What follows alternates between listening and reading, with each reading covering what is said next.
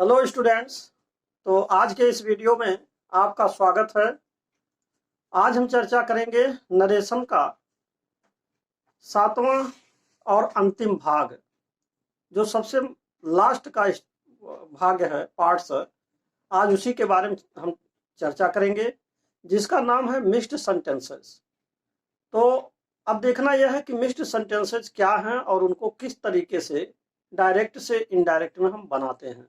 तो बेसिकली मैं आपको ये बता दूं कि जब कभी भी डायरेक्ट नरेशन में 2 या 2 से अधिक वाक्य आ जाते हैं, तो ऐसे वाक्यों को जब भी हम इनडायरेक्ट में बदलते हैं तो उनको एक पैराग्राफ में लिखते हैं।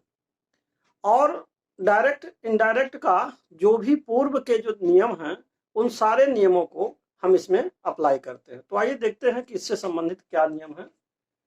जैसा कि इसमें नरेशन का आपका ये मिक्स्ड सेंटेंसेस चल रहा है, और इसमें नियम यह है कि जब आर्यस के वाक्य में एक से अधिक प्रकार के वाक्य आए हों, तो ऐसे वाक्यों को इनडायरेक्ट में बदलते समय उस वाक्य के प्रकार के अनुसार बदलते हैं।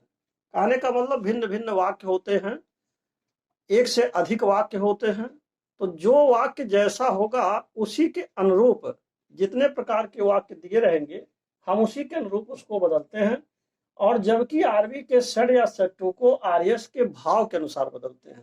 कहने का मतलब यह है कि जिस तरह के वाक्य होंगे उसी प्रकार के उसमें नियम लगेंगे और आर्यस का वाक्य जैसा होगा। और दूसरी बात यह है कि आरबी का जो षड या षट्टू है उसी आर्यस के वाक्य के भावानुसार बदल दिया जाएगा। अब जैसे आप एग्जाम्पल्स में देखिए, यहाँ पर आपका पहला क्वेश्चन दिया है, the magician said to the boy, जादूगर ने लड़के से कहा, what is your name and where do you live, तुम कहाँ रहते हो, तुम्हारा क्या नाम है और तुम कहाँ रहते हो। तो एक तो आपका एक वाक्य ये हो गया कि तुम्हारा क्या नाम है और तुम कहाँ रहते हो। दूसरा ये है कि द बॉय रिप्लाइड, तब लड़के ने उत्तर दिया कि my name is sultan and I live in a house which is not far away, मेरा नाम सुल्तान है और मैं एक ऐसे गांव घर में रहता हूँ जो बहुत दूर नहीं है। तो यहाँ पर आप देख रहे हैं केवल एक ही वाक्य के नरेशन नहीं है, बल्कि इसमें आप देख रहे हैं कि what is your name and where do you live, यह आपका एक वाक्य हुआ। पहला वाक्य अगर देखा जाए तो एक वाक्य आपका ये है, और दूसरा वाक्य अगर देखा जाए तो इसमें दूसरा भी रिपोर्टिंग और पुनः आ जा रहा है, और दूसरा वाक्य माई नेम इज सुल्तान यह भी होगा, एंड आई लिव तीसरा भी वाक्य इसमें शामिल हो गया, और चौथा भी अगर देखा जाए which is not far away. तो एक तरह से हालांकि सब मिला करके ये दूसरा ही एक ही वाक्य कहलाएगा। और अगर क्लाजेज के दृष्टिकोण से देखा जाए तो इसमें कई क्लाजेज एक साथ आ जा रहे हैं, लेकिन यहाँ पर कम से कम एक वाक्य आपका ये होगा एंड के बाद, और एंड से पहले एक वाक्य होगा, और जबकि एक वाक्य आपका यहाँ, तो 2-3 वाक्य इसमें एक साथ क्वेश्चन में आए हुए हैं। तो ऐसे क्वेश्चंस को हम इनडायरेक्ट में किस प्रकार बदलेंगे, तो देखिए आंसर कैसे लिखेंगे। पहले आप देखिए, the magician said to the boy what is your name and where do you live, तो ये वाक्य आपका जो आ रहा है यह कैसा वाक्य है, यह एक ऐसा वाक्य है जिसको आप इंट्रोगेटिव कहेंगे। तो अगर ये इंट्रोगेटिव है तो इंट्रोगेटिव के नियम इसमें लागू होंगे। इसका मतलब है कि सेड या सेड टू को हम किस में बदल देंगे, आस्क्ड में। तो अब ये हो जाएगा, the magician asked the boy what his name.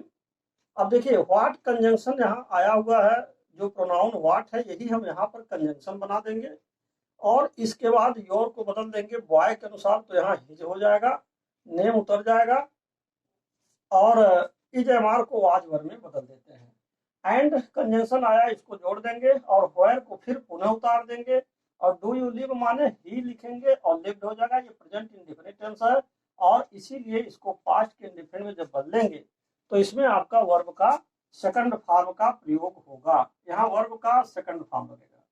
दूसरी बात यह है, इसके बाद द बॉय रिप्लाइड, लड़के ने उत्तर क्या दिया, दैट हिज नेम वाज सुल्तान, की उसका नाम सुल्तान है, and he lived in a house which was not far away. क्योंकि जहां माई आ रहा है तो माई को हम बदल देंगे हिज में, और नेम हो जाएगा, जहां इज है वाज हो जाएगा सुल्तान एंड ही लिव्ड, और यहाँ जो लिव्ड आ रहा है ये प्रेजेंट इंडेफिनिट लिव है, इस लिव का लिव्ड जो है पास्ट इंडेफिनिट लिव्ड हो जाएगा इन हाउस, और विच इज के स्थान पर वाज हो जाएगा फार अवे।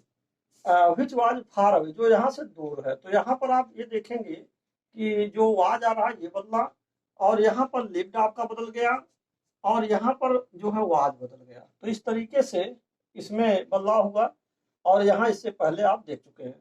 तो मेरे कहने का मतलब यह है कि जिस तरीके का आर्यस होगा, जिस तरीके के आर्यस होंगे, यानी कि आर्यस का वाक्य जिस तरह का होगा, अगर असर्टिव है तो असर्टिव के नियम लगाएंगे, अगर इंट्रोगेटिव है तो इंट्रोगेटिव का नियम लगेगा, अगर इंपरेटिव सेंटेंस है तो इंपरेटिव सेंटेंस के नियम लगाएंगे। जिस तरह के वाक्य होंगे उस तरह के नियम आरबी तथा आरएस के अप्लाई होंगे। तो ये है आपका मिक्स्ड सेंटेंसेस। उसके बारे में ये मैंने वीडियो बनाना चालू किया है, और ये बताना शुरू किया है कि कम से कम आपको मिक्स्ड सेंटेंसेज भी मालूम होना चाहिए कि किस तरीके से अगर मिक्स्ड सेंटेंसेज आएंगे तो हम उसका इनडायरेक्ट कैसे बनाएंगे। इसीलिए इस पर आधारित ये वीडियो मैं बना रहा हूँ। दूसरी बात यह है, अब आपका यहीं पर संपूर्ण रूप से अगर देखा जाए तो डायरेक्ट से इनडायरेक्ट बनाना समाप्त हो जाता है।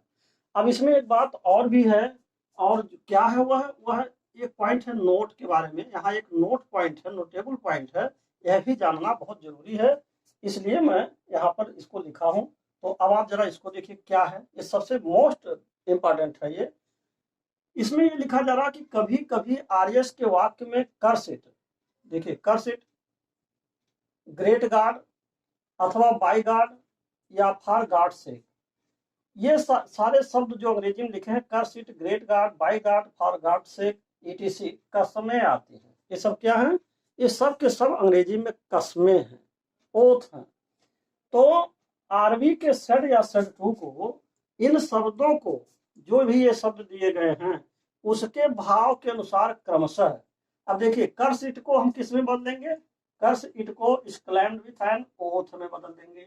यहाँ जो कर्स इट आया है, कर्स इट अगर आता है तो आप इसमें बदल देंगे आरबी के सेड या सेड टू को। दूसरी बात यह है, अगर ग्रेट गार्ड आता है तो फुल ऑफ, फुल ऑफ यहाँ लिखा है disgust with mixed with wonder, इसमें बदल देंगे। और यदि मान लीजिए बाई गार्ड आता है तो शोर बाई गार्ड आदि में बदल देते हैं। तो ये चीज आपको याद रखना है कि अगर ये सब आते हैं, कर सीट आता है, ग्रेट गार्ड आता है, बाई गार्ड आता है, फॉर गार्ड सेक आते हैं, तो इस तरीके से क्रमशः आप इसको जैसे क्लाइंट विथ एन ओथ, ये कर सीट को बदलेंगे। ग्रेट गार्ड आने पर आप बदल देंगे full of discussed mixed with wonder में। और तीसरा और चौथा जो बाई गार्ड है या फॉर गार्ड सेक है, तो आप इसको बदल देंगे शोर बाई गार्ड में। अब जैसे एग्जांपल देखिए, क्वेश्चन है कि सर उसने कहा by God I have not seen this film, तो यहाँ उसने कसम खाया कि मैंने इस फिल्म को नहीं देखा है। तो अब इसको लिख देंगे, बाय गॉड आ गया है तो ऐसी स्थिति में आप बाय गॉड आने पर यहाँ पर लिख देंगे श्योर बाय गॉड, तो ही श्योर बाय गॉड हो जाएगा that he had not seen that film. यहाँ देखिए दिस का दैट हो जाएगा। ऐसा इसलिए क्योंकि ये आपका वर्ड्स चेंजिंग है, जो शुरू के वीडियो नरेशन के हैं उसमें ये आपको बताया जा चुका है। तो इस तरह से बदल जाएगा, और आपका जो बाय गॉड है कैंसिल हो जाएगा, और इसके स्थान पर इसको नहीं लिखना है, इसके स्थान पर आपको श्योर बाय गॉड लिख देना है, ये आपका लगेगा यहाँ पर। तो इस तरीके से ऐसे वाक्यों का इनडायरेक्ट हम बना सकते हैं।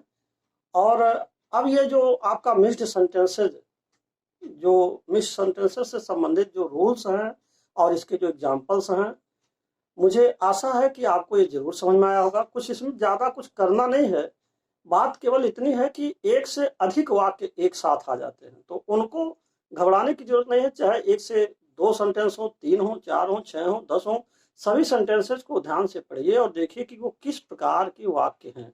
तो जिस तरह का वह वाक्य है, अगर असर्टिव है तो असर्टिव के नियमानुसार, यदि इंट्रोगेटिव है तो इंट्रोगेटिव के नियमानुसार, यदि वो इंपरेटिव है, एक्सक्लामेटरी है, ऑप्टेटिव है तो उनके नियमानुसार।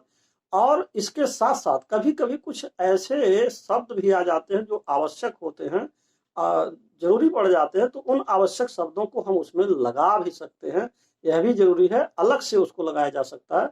तो इस तरीके से भाषा को देखते हुए, तो इस प्रकार से ये नरेशन का जो मूल पॉइंट है मिक्स्ड सेंटेंसेस। अब ये वीडियो आपका यहीं पर समाप्त होता है, और मुझे आशा है कि आपको ये बात समझ में आई होगी। और अंत में मैं आपसे यही कहूंगा कि यदि आप मेरे चैनल पर पहली बार हैं तो कृपया मेरे चैनल को सब्सक्राइब अवश्य कर दें।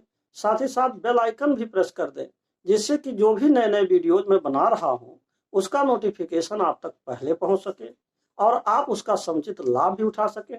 And finally, thanks for watching this video.